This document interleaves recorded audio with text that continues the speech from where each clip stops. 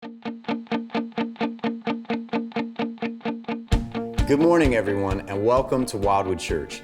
If you're a guest with us today, thanks so much for worshiping with us. We'd love to meet you and give you a gift bag, so please stop by guest services out front before you leave.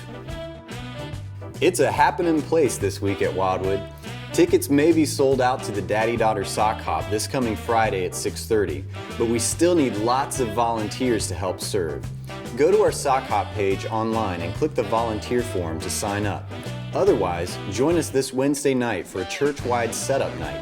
Pizza and childcare will be provided. Just RSVP to Justine at the email address below. On Saturday morning, come on out to the Tallahassee Auto Museum starting at 8:30 a.m. for the 20th annual Walk for Life. This 2-mile walk is a community-wide effort to raise funds for the ongoing work of a women's pregnancy center to share the good news and hope of Jesus with moms and dads in our community who are facing crisis pregnancies. If you haven't yet signed up to walk or sponsor a walker, go to joinwalkforlife.com and sign up this week.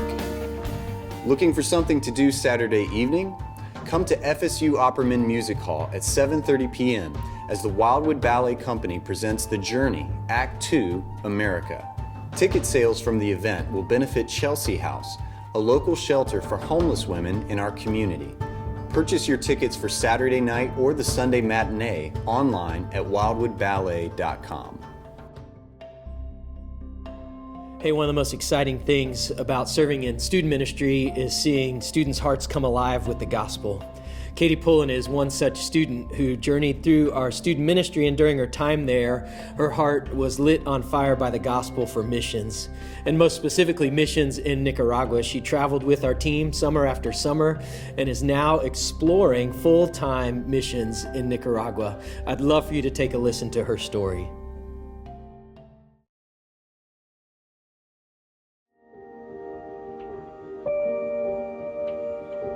There's a quote from the Kisses from Katie book, and she says, where God has called you is the place where a deep hunger and a deep gladness meet. And that's definitely what Nicaragua is for me. It's somewhere where I feel like I can serve God to my full potential. Last year was when I did my internship. So I actually lived in Los Brasiles with a Nicaraguan family for 4 months. And that was a really incredible experience because I got to learn the culture in a new way. I feel like I'm part of a family there. Within the whole community, the village becomes your family. But I also understood the gospel in a new way, and I really saw what grace was and forgiveness was, and the value of the gift that He's given us. And because of that, I fell in love with full-time ministry there.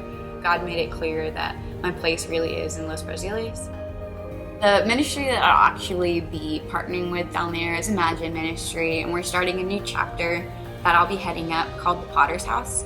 And with that, we'll be training women to do pottery, and we'll be selling that so that they have a job and they're financially provided for, but then I'll also be discipling them spiritually.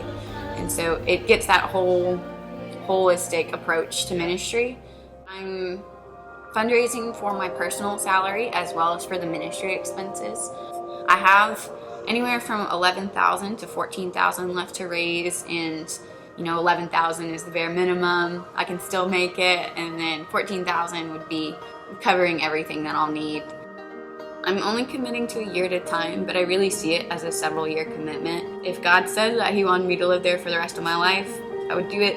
If He said this is only a year, this is only a season, that's cool too. But there are some days where I'm like, what am I doing? This is a really big thing. And then there's other days where I'm totally calm and don't question. It's been something that God's been working on my life for almost a decade now. And so I think God's been very patiently teaching me that this is a big thing, but just to remain faithful and obedient. But I'm really excited about it.